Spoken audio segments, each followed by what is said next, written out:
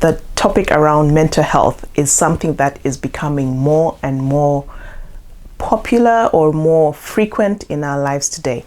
And I just realized in the past few weeks, or actually a few months now, that this is something that even I myself have been slowly realizing, that I've actually been having a few triggers. And that is what I want us to talk about today, because to be able to get out of those, once I recognized those triggers, I was able to try and find a way to counteract them in time. And so this is what we're going to be talking about in this video. And I'll leave you with a quote to think about as we come back. Our lives are moving in the direction of our strongest thoughts. See you after this.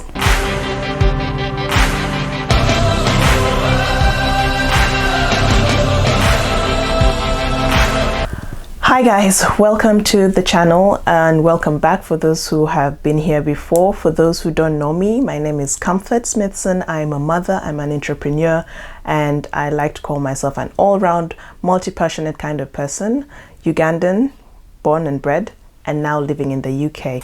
In this particular video, as I mentioned earlier, we're going to be discussing the topic of how I've managed to cope with winning the battle in my mind. I did go through a phase recently where I was struggling with myself and trying to understand why am I so, why I'm able to do so many things and yet I feel like I'm not making it. So I was doubting myself. I had all this negativity coming to my mind and so many things happening. Another thing that I actually want you to do with me as I start this video is that I want you to pick a pen and paper, because this is going to be an action-packed video where I want you to do some of these tasks. It might be a slightly longer video this time, but I really want us to understand how important it is. So please do stick with me through the end. If you don't have a paper and pen, feel free to also just, write it in the comments from wherever you are, and watch till the end, because there's 4 really juicy ones and the end is always like a really nice, good one.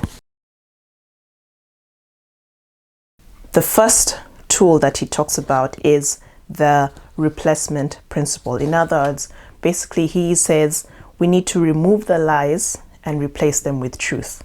Okay, now let's talk about the lies in this case, because that's what the topic is. So we've grown up knowing so many things that, to be honest, are not true, and either it's because someone has told us, either our parents when we were younger, or it's something we read somewhere, or it's something, for some reason, there's just something that you've strongly believed for a very long time. So for example, when we were growing up, now this is basically in African society, you know how they say that the most popular one, when the sun is shining at the same time when it's raining, what do we always say? Exactly, that the lion is giving birth somewhere. And honestly, it's just one of those things that I look back and I'm like, to be honest, sometimes it actually still plays with my mind, and I'm like, is it possibly possible that a lion could be giving birth at this time when the sun is shining and the rain is raining at the same time? So that's just one. And then another one that's really good actually is when they say, if you swallow watermelon seeds, our parents always tell us, if you swallow the watermelon seeds, an entire watermelon will grow inside of you. Guys, if you start to think about the things that people have told you and really break down and realize how true are these things? Do they really impact my life? Do they make me grow? Have they been hindering me for such a long time? And then you start to realize, no, not, and like we just these ones might have been lighthearted, but just think about it in your life. What is it that someone told you that has been hindering you from doing so many things? And if you just try it out, if they said you couldn't do it, now try it out and replace it, and you realize that, hey, I can actually do this. So just replace those lies and remove the lies and replace those lies with the truth. And number 2 is what he called the rewire principle. So in other words, rewire your brain and rewire your mind. Let's take an example of our health, our bodies. People always say to be healthy, physically healthy, you need to eat right, you need to pay attention to what you put in your bodies, whether you're eating or you're drinking, And we know that's true, right? So the same is true for our minds. What you put in your mind is basically what your mind will accept, and it's what your mind will adjust to.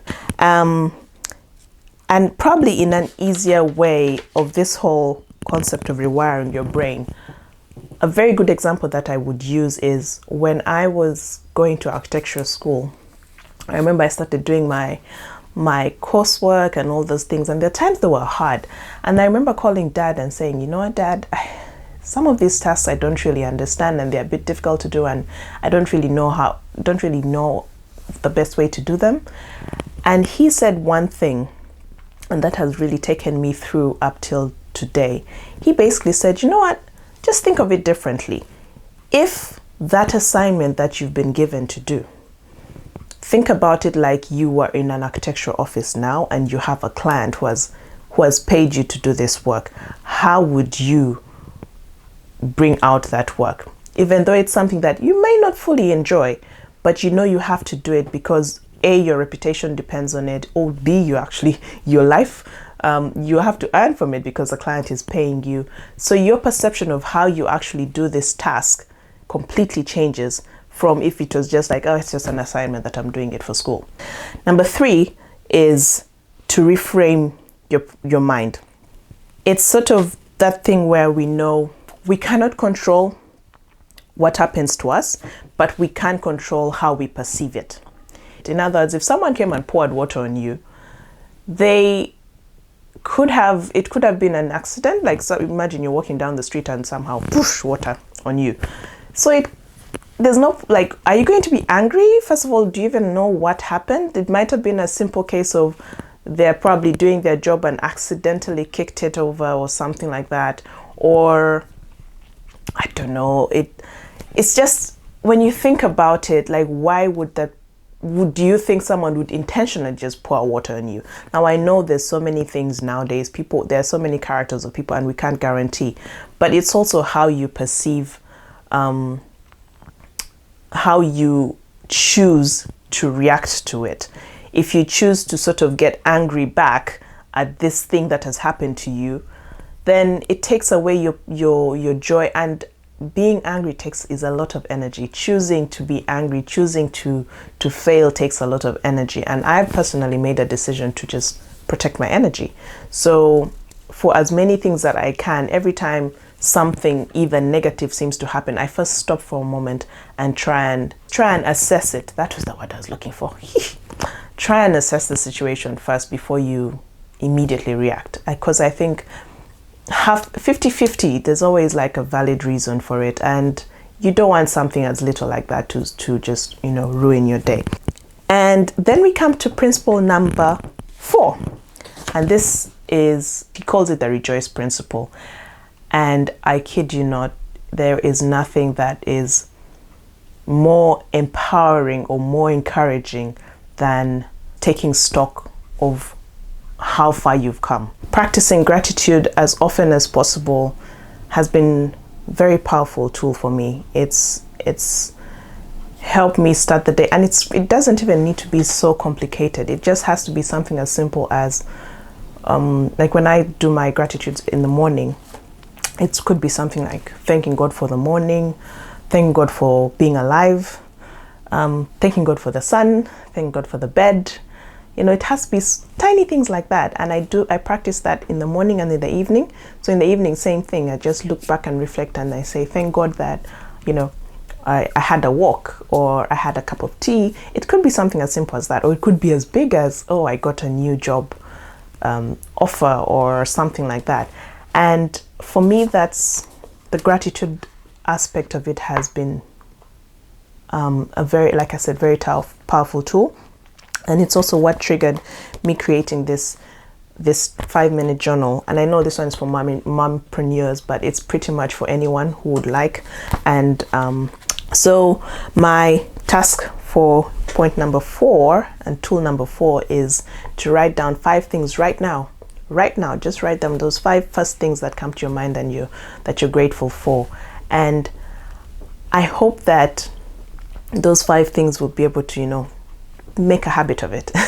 and just to look around you and always be grateful for the things that happen. And that's where the whole, affirmations come in, and they are really powerful. Those things are powerful. I've seen them in my own life, and I hope that you will also be able to start to use them more often.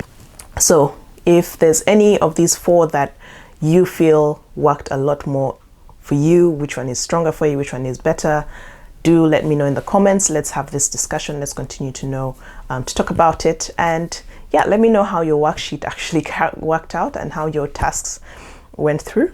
And but yeah, otherwise I hope this has been helpful, and always try and talk about things. Just try and whenever you feel like your mind is a bit overwhelmed or taking too much or not sure how exactly to manage, just talk about it. Talk to a friend, talk to whoever is around. If you don't feel like talking about it to your friend, just write it down in a journal. Just write it down.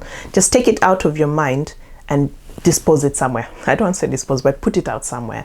You could even just record an audio on your phone, a voice note to yourself. Getting it out of your mind and getting it out is such a really it's a huge step that actually can help you towards making sure you are in control and trying to battle the triggers that might actually lead to mental health issues, or just feeling a lot of the negativity and the stress. So yeah, that's all I had for you in this video. I hope it has helped, and don't forget to subscribe, to share, to like, and I will see you in the next video. Cool. Bye bye.